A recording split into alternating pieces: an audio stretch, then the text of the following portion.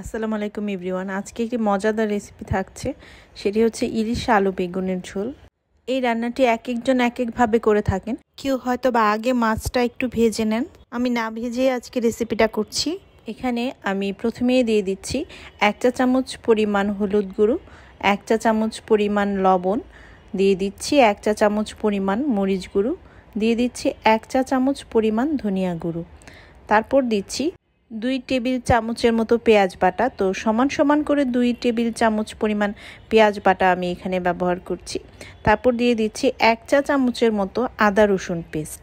তো আদা রসুন পেস্ট দেওয়ার পর এখানে আমি দিচ্ছি 2 টেবিল চামচ পরিমাণ হলুদ সরিষা বাটা। আর সরিষাটা আমি লবণ ও কাঁচামরিচ দিয়ে বেটে নিয়েছি। দিয়ে দিচ্ছি 1/3 কাপ পরিমাণ সরিষার তেল। আজকের রান্নাটা আমি সরিষার তেলেই করছি। তো তেল দেওয়ার পর এখন আমি দিয়ে দিচ্ছি প্রায় হাফ কাপের মতো পেঁয়াজ কুচি। পেঁয়াজটা কিন্তু একদম মিহি কুচি করে কেটে নিয়েছি আমি। তারপর মশলার সাথে এটা আমি ভালোভাবে মেখে নিচ্ছি। এই পর্যায়ে দিয়ে দিচ্ছি 3 থেকে 4টি ফালি করে কেটে রাখা কাঁচামরিচ। তো দেওয়ার পর ইলিশ মাছের পিসগুলো আমি এক এক করে দিয়ে দিচ্ছি। তো মাছগুলো দেওয়া হয়ে গেলে এ পর্যায়ে আমি দিয়ে দিচ্ছি প্রায় 2 কাপের মতো পানি দিয়ে তারপর ঢাকনা দিয়ে ঢেকে আমি চুলার আঁচটা মিডিয়াম টু লো হিটে রেখে মাছটা রান্না করে নিব। তারপর মাছটা প্রায় 5 থেকে 7 মিনিট পর ঢাকনা উঠিয়ে ইলিশ মাছটা উল্টিয়ে দিব। তো প্রতিটা ইলিশ মাছের পিস উল্টিয়ে দিচ্ছি, দেখতে পাচ্ছেন। তো মাছগুলো উল্টানো হয়ে গেলে এ পর্যায়ে আমি আবার ইলিশ মাছগুলো আরও কিছুক্ষণ রান্না করে নিব।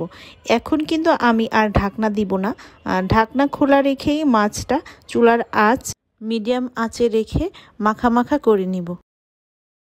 এখানে আমি কেটে রাখা আলু এবং বেগুন এখানে দিয়ে দিচ্ছি 1 চা চামচের মতো হলুদ গুঁড়ো এবং 1 চা চামচের মতো লবণ। আর প্যানে দিয়ে দিচ্ছি সামান্য পরিমাণ সরিষার তেল এবং দিয়ে দিচ্ছি প্রায় 2 থেকে 3 টেবিল চামচ পরিমাণ পেঁয়াজ কুচি। পেঁয়াজ কুচিটা দিয়ে আমি একদম বাদামি করে ভেজে নেব।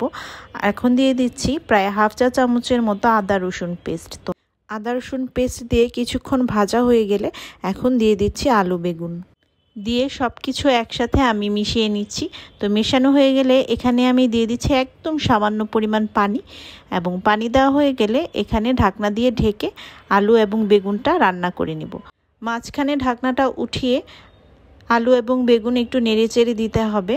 আর এ পর্যায়ে যখন পানিটা শুকিয়ে আসবে দিয়ে দিচ্ছি প্রায় 2.5 কাপের মতো পানিটা কিছুটা আমি হালকা গরম পানি ব্যবহার করেছি এখানে।